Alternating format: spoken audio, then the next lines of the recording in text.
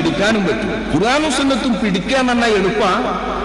ഖുർആനും സുന്നത്തും പിടിക്കുക എന്ന ഈ ഒരാഹ്വാനം തന്നെ ഇന്നത്തെ കാലത്ത് തീർത്തും അർത്ഥശൂന്യവും ഒരിക്കലും സ്വീകാര്യവുമല്ലാത്ത മുദ്രാവാക്യമാണെന്ന് ഒറ്റയടിക്ക് ഞാൻ പറഞ്ഞാൽ നിങ്ങൾ എല്ലാവരും കണ്ണു ചുളിക്കും, മുഖം ചുളിക്കും എന്ന് എനിക്ക് ഉറപ്പുണ്ട്.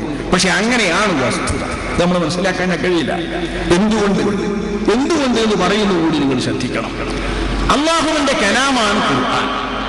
ഈ ഖുർആൻ മനസ്സിലാകണം, പഠിക്കണം എന്ന് പറയുമ്പോൾ എങ്ങനെയാണത് പഠിക്കുക? ഇത് നമ്മൾ അറിയണമല്ലോ. പഠിക്കാതെ പിടിക്കാൻ കഴിയില്ലോ. ഞാൻ നിങ്ങൾക്ക് 2 ഒഴിച്ചിട്ട് പോകുന്നു. തറക്തു ഫീക്കും അംറൈൻ ലൻ തദില്ലു മാ തമസ്സക്തും ബിഹിമാ കിതാബുല്ലാഹി വസുന്നത്തു റസൂലിഹി ഔ കമാ ഖാല റസൂലുള്ളാഹി. 2 ഞാൻ നിങ്ങൾക്ക് ഒഴിച്ചിട്ട് പോകുന്നു. എന്റെ വേർപാട് കൊണ്ട് നിങ്ങൾ വിഷമിക്കേണ്ട. 2 നിങ്ങൾക്ക് ഒഴിച്ചിട്ട് പോകുന്നു. ലൻ തദില്ലു മാ തമസ്സക്തും ബിഹിമാ. അത് 2 പിടിച്ചു നിന്നാൽ നിങ്ങൾ പിഴക്കില്ല. കിതാബുല്ലാഹി വസുന്നത്തു റസൂലിഹി. അല്ലാഹുവിന്റെ റസൂലിന്റെ സുന്നത്ത് കിതാബുല്ലാഹ്. ഇത് അള്ളാന്റെ റസൂല് പറഞ്ഞതാണ്. ഇതെല്ലാവരും ഓതുന്നതുമാണ്. വയലുകളിലും ഉറുദുകളിലൊക്കെ എതിരഭിപ്രായമില്ലാതെ, അഭിപ്രായ വ്യത്യാസമില്ലാത്ത ഓതുന്നത്. പക്ഷെ കിതാബും സുന്നത്തും എങ്ങനെ പിടിക്കും നാം, എങ്ങനെ പഠിക്കും നാം, ഇത് നമ്മൾ മനസ്സിലാക്കേണ്ട ഒരു വിഷയമാണ്. എങ്ങനെ പഠിക്കുമെന്ന്. അള്ളാഹുവിന്റെ കിതാബ് അള്ളാഹുവിന്റെ കലാമാണ് എന്ന് ആദ്യം ഒന്ന് മനസ്സിലാക്കി. അള്ളാഹുവിന്റെ കലാം എന്ന് പറയുമ്പോൾ തന്നെ എന്റെ സാധാരണക്കാരൊന്ന് ആലോചിക്കും. ഈ പടപ്പുകളുടെ എല്ലാം സൃഷ്ടിച്ച അള്ളാഹുവിന്റെ കലാം. ഈ പടപ്പുകളിൽ ജീവജാലങ്ങളുണ്ട്. ജീവജാലങ്ങളിൽ മനുഷ്യന്മാരുണ്ട്. മനുഷ്യന്മാരെ പോലെ തന്നെ അതിലധികമായി ജിന്നുണ്ട്.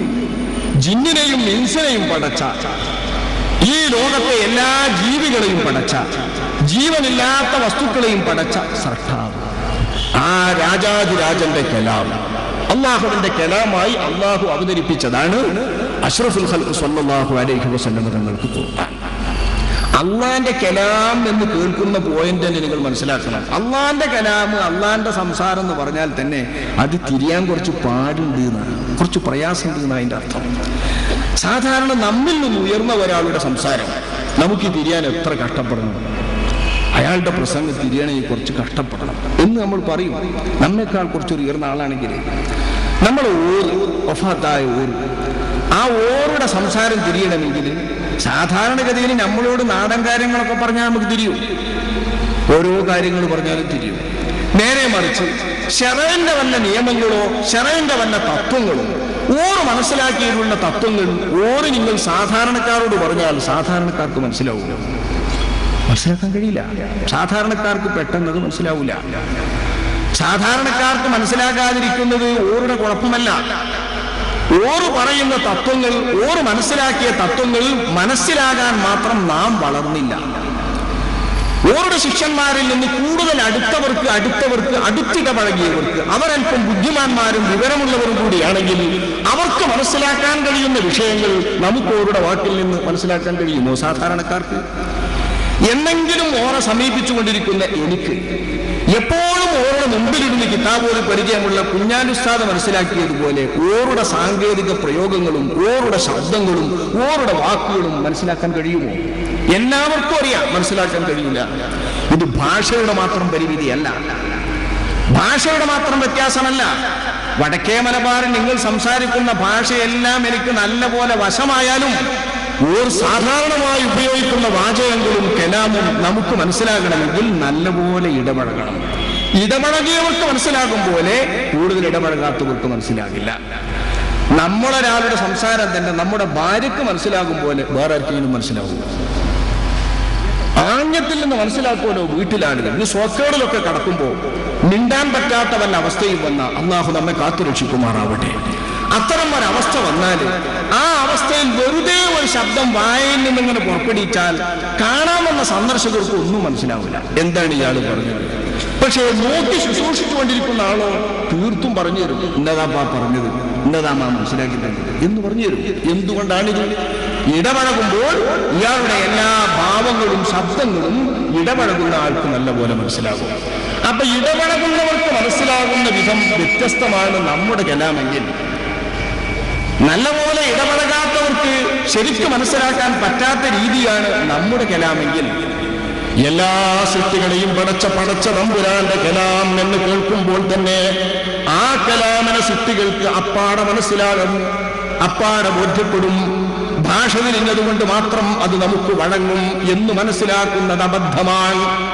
അങ്ങനെയായിരുന്നെങ്കിൽ അറബികളായ ഒരു ജനതയിലേക്ക് അഷ്റഫുൽ ഖൽഖ് സ്വല്ലല്ലാഹു അലൈഹി വസല്ലം തങ്ങൾ ഖുർആനുമായി വരുമ്പോൾ ആരംഭ നബിതങ്ങൾ അങ്ങ് ഓതിക്കൊടുത്താൽ വിശുദ്ധ ഖുർആനിലെ ആശയങ്ങൾ അവർക്ക് മനസ്സിലാകുമായിരുന്നില്ലേ? നബിയുടെ സംബോധിതരായ ജനങ്ങൾക്ക് ബോധ്യപ്പെടുമായിരുന്നില്ലേ?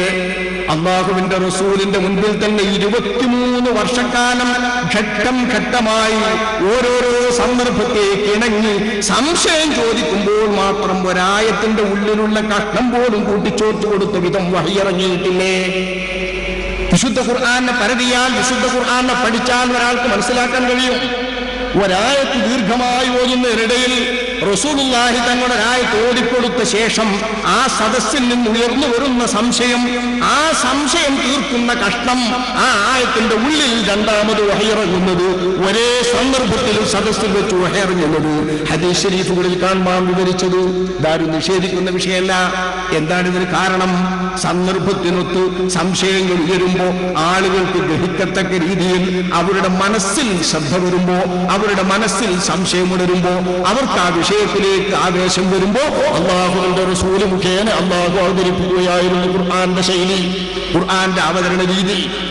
ഈ അവതരണ രീതിയിലുള്ള ഖുർആൻ തന്നെ അഷ്റഫുൽ ഖൽഖ് സ്വല്ലല്ലാഹു അലൈഹി വസല്ലം തങ്ങൾക്ക് ഇറക്കി കൊടുക്കുന്നത് എന്തിനാണ്? നബി റസൂൽ എന്നുള്ള ആൾക്ക് ഇറക്കി കൊടുക്കാൻ തന്നെ. ഇത് സാധാരണക്കാർക്ക് മനസ്സിലാക്കാം, വലിയ തത്വം എന്നല്ലേ പറയുന്നത്.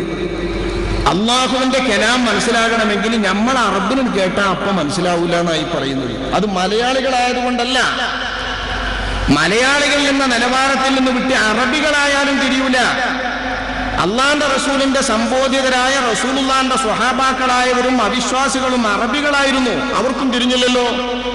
അവർക്ക് അള്ളാഹുവിന്റെ കലാമ് തിരിയാൻ, അള്ളാഹുവിന്റെ കലാമുമായി നല്ല ബന്ധമുള്ള, ആ കലാമിനെ അള്ളാഹുവിൽ നിന്ന് സ്വീകരിക്കുവാൻ പറ്റുന്ന, ആ കലാമിന്റെ വിശദീകരണമായ വഹ്യുകൾ അള്ളാഹുവിൽ നിന്ന് സ്വീകരിക്കാൻ പറ്റുന്ന പ്രകൃതിയിൽ പ്രത്യേകം അള്ളാഹു താനെ സൃഷ്ടിച്ച് സംവിധാനിച്ചിട്ടുള്ളവരാണ് അഷ്റഫുൽ വറാ ത്വഹ റസൂലുള്ളാഹി.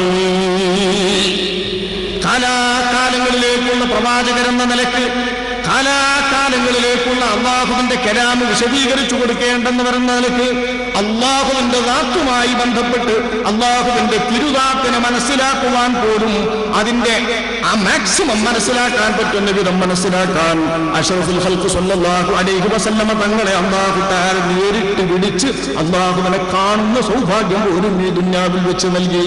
എന്തിനിത്? അള്ളാഹുവിന്റെ കലാമ് ബോധ്യപ്പെടുത്താൻ, അള്ളാഹുവിന്റെ വഹ്യ് നബി തങ്ങൾക്ക് സ്വീകരിക്കാൻ, മുഴുവൻ മനസ്സിലാക്കാൻ. അള്ളാഹുവിന്റെ കലാം അള്ളാഹുവിന്റെ കലാമായി അതിന്റെ ആശയങ്ങളായി നമുക്ക് മനസ്സിലാകണമെങ്കിൽ തന്നെ അള്ളാഹുവിന്റെ കലാം പരിചയമുള്ള ഒരു വ്യക്തി അള്ളാഹു തന്നെ സൃഷ്ടിക്കണം. അങ്ങനെ സൃഷ്ടിച്ചവരാണ് അഷ്റഫുൽ വറാ ത്വഹ റസൂലുള്ളാഹി സ്വല്ലല്ലാഹു അലൈഹി വസല്ലം തങ്ങൾ. അവർക്ക് ലഭ്യമാകുന്ന അള്ളാഹുവിന്റെ വിശദീകരണ പ്രകാരം വേണം ഈ കലാമിനെ വിവരിച്ചു നൽകാൻ. അവർക്ക് മനസ്സിലാക്കുന്ന വഹ്യ് അതാണ് അള്ളാഹുവിന്റെ റസൂലിന് സുന്നത്ത് എന്ന പേരിൽ പിന്നീട് നമ്മൾ പേര് വിളിക്കുന്ന അള്ളാഹുവിന്റെ വഹ്യ്, സുന്നത്ത്. ഇത് അള്ളാഹുവിന്റെ കലാമിനെ നല്ലപോലെ മനസ്സിലാക്കാൻ റസൂലുക്കാർക്ക് നൽകുന്ന വഹ്യാണ്. ഈ വഹ്യും അള്ളാഹുവിന്റെ കലാമുമാണ് കിതാബും സുന്നത്തും, കിതാബും സുന്നത്തും എന്ന് പറയുന്നത്. ഇത് നമ്മളൊന്ന് ആദ്യം അടിസ്ഥാനപരമായി മനസ്സിലാക്കണം. കിതാബും സുന്നത്തും അള്ളാന്റെ കലാമാണ് കിതാബ്, ഖുർആൻ. ആ കലാമിനെ മനസ്സിലാക്കാനായി അതിന്റെ ഉദ്ദേശങ്ങളും അതിലെ ആശയങ്ങളും ഒന്നൊഴിയാതെ അഷ്റഫുൽ ഖൽഖ് സ്വല്ലല്ലാഹു അലൈഹി വസല്ലം തങ്ങൾക്ക് അള്ളാഹു അറിയിച്ചു കൊടുക്കുന്ന സംവിധാനമാണ് വഹ്യ്. ആ വഹ്യിലൂടെ നബി തങ്ങൾക്ക് കിട്ടിയിട്ട് ഖുർആൻ അല്ലാതെ നബി സംസാരിച്ചതാണ് നബി പറയുന്ന ഹിക്മത്ത്, നബിയുടെ സുന്നത്ത്. വമാ ഫർറത്നാ ഫിൽ കിതാബി മിൻ ശൈഇ. ഒന്നും അള്ളാഹുവിന്റെ കിതാബിൽ അള്ളാഹു ഒളിച്ചിട്ടിട്ടില്ല. അള്ളാഹ് പറഞ്ഞതാ എല്ലാം വിവരിച്ചിരിക്കുന്നു കിതാബിൽ. ഖുർആനിലില്ലാത്ത ഒന്നുമില്ല. അടിസ്ഥാന പ്രമാണമായി അള്ളാഹു തആല ഈ ലോകത്ത് ഖുർആൻ മാത്രം ഒളിച്ചിട്ടാലും അത് മതി. പക്ഷേ ഖുർആൻ മാത്രം ഒഴിച്ചിടാതെ എന്തുകൊണ്ടൊരു സുന്നത്ത് എന്ന പ്രമാണം? സുന്നത്ത് എന്ന പ്രമാണം വരുന്നത് തന്നെ ഖുർആനിന്റെ വിശദീകരണമാണ്, ഖുർആനിന്റെ വിവരണമാണ്. ആ ഖുർആനിന്റെ ജനങ്ങൾക്ക് അല്ലാഹുവിന്റെ റസൂൽ മുഖേന അല്ലാഹു സുബ്ഹാനഹു വ തആല നൽകുന്ന വഹയിന്റെ അറിവുകളാണ്. ഈ അറിവുകൾ കൂട്ടി അല്ലാഹുവിന്റെ കലാം മനസ്സിലാക്കുമ്പോഴേ കിതാബ് മനസ്സിലാവുള്ളൂ. ഇത് മനസ്സിലാക്കാനോ എളുപ്പാണ് ആ വഹാബികൾ പറയുന്നത്, വളരെ ലളിതം. കിതാബിന്റെ ഇബാറത്ത് മനസ്സിലാക്കാനാണ് അത്രയും വലിയ പ്രയാസം. ഖുർആൻ മനസ്സിലാക്കാൻ വളരെ ലളിതാണ്. ഇതിപ്പോ കേട്ടു തുടങ്ങി ഇത് ആകെ അട്ടിമറിക്കുന്നതാണ് വിഷയം. ഇതാ ഞാൻ പറയുന്നത്.